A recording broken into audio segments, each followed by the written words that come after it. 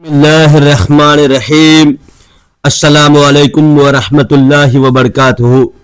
ناظرین کرام، روحانیت سے بھرپور شعبان کا یہ مقدس مہینہ اپنے تمام تر رحمتوں اور برکتوں کے ساتھ ہم پر سایہ فگن ہے، اور اس ماہ مبارکہ کی سب سے عظیم اور باسعادت رات یعنی شب بارات ہمارے مقدر سنوارنے کے لیے قریب آ چکی ہے۔ یہ وہ رات ہے جسے مغفرت کی رات، جہنم سے آزادی کی رات اور رزق کی تقسیم کی رات کہا جاتا ہے۔ یاد رکھیں کہ مشکلات کتنی ہی بڑی کیوں نہ ہو، اللہ کی رحمت ان سب سے بڑی ہے۔ اگر آپ آج مایوس ہیں، بیمار ہیں یا پریشانیوں نے گھیر رکھا ہے تو ہمت نہ ہاریں۔ یہ رات امید کا چراغ جلانے کی رات ہے۔ اللہ اپنے بندے کی پکار سننے کے لیے بے چین ہے۔ بس ضرورت ایک سچے دل سے مانگی گئی دعا کی ہے۔ جو رب سمندر کی لہروں میں راستہ بنا سکتا ہے، وہ آپ کی بند تقدیر کے تالے بھی کھول سکتا ہے۔ اس لیے پوری ہمت اور یقین کے ساتھ اس رات عبادت میں لگ جائیں، کیونکہ اندھیری رات کے بعد ہی اجالا ہوتا ہے۔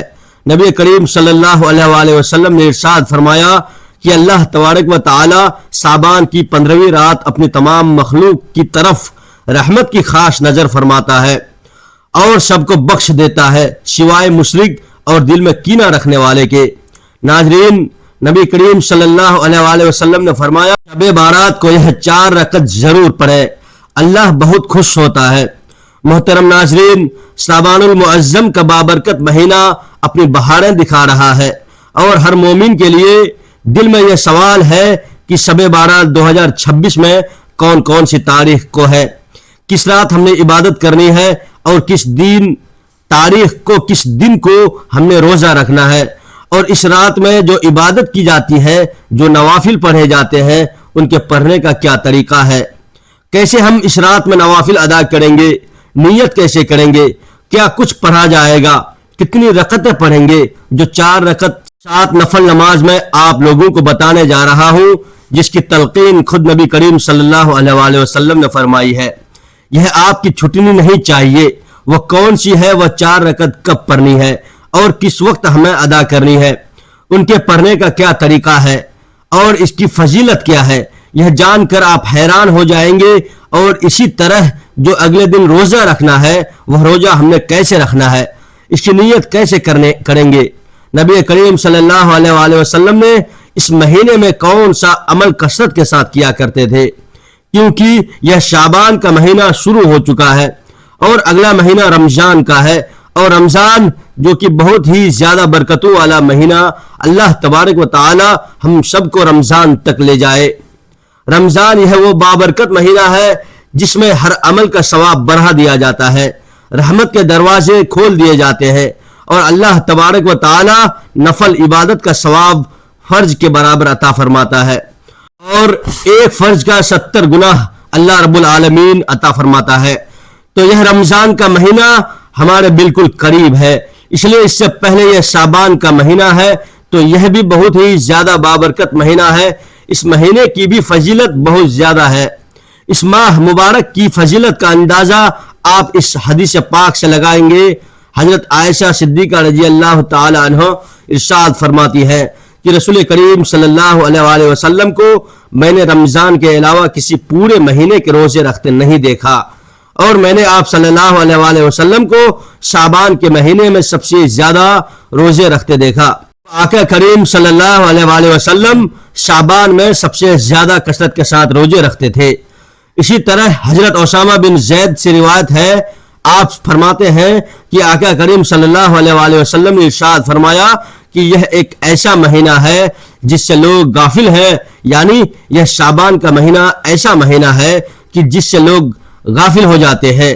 رجب اور رمضان کے درمیان اور اس مہینے میں اعمال اللہ تبارک و تعالیٰ کے حضور پیش کیے جاتے ہیں، اور میں پسند کرتا ہوں کہ میرا عمل روزے کی حالت میں اللہ کے ہاں پیش کیا جائے، یعنی جس وقت میرے اعمال اللہ کی بارگاہ میں پیش کیے جائے تو اس وقت میں روزے کی حالت میں ہوں۔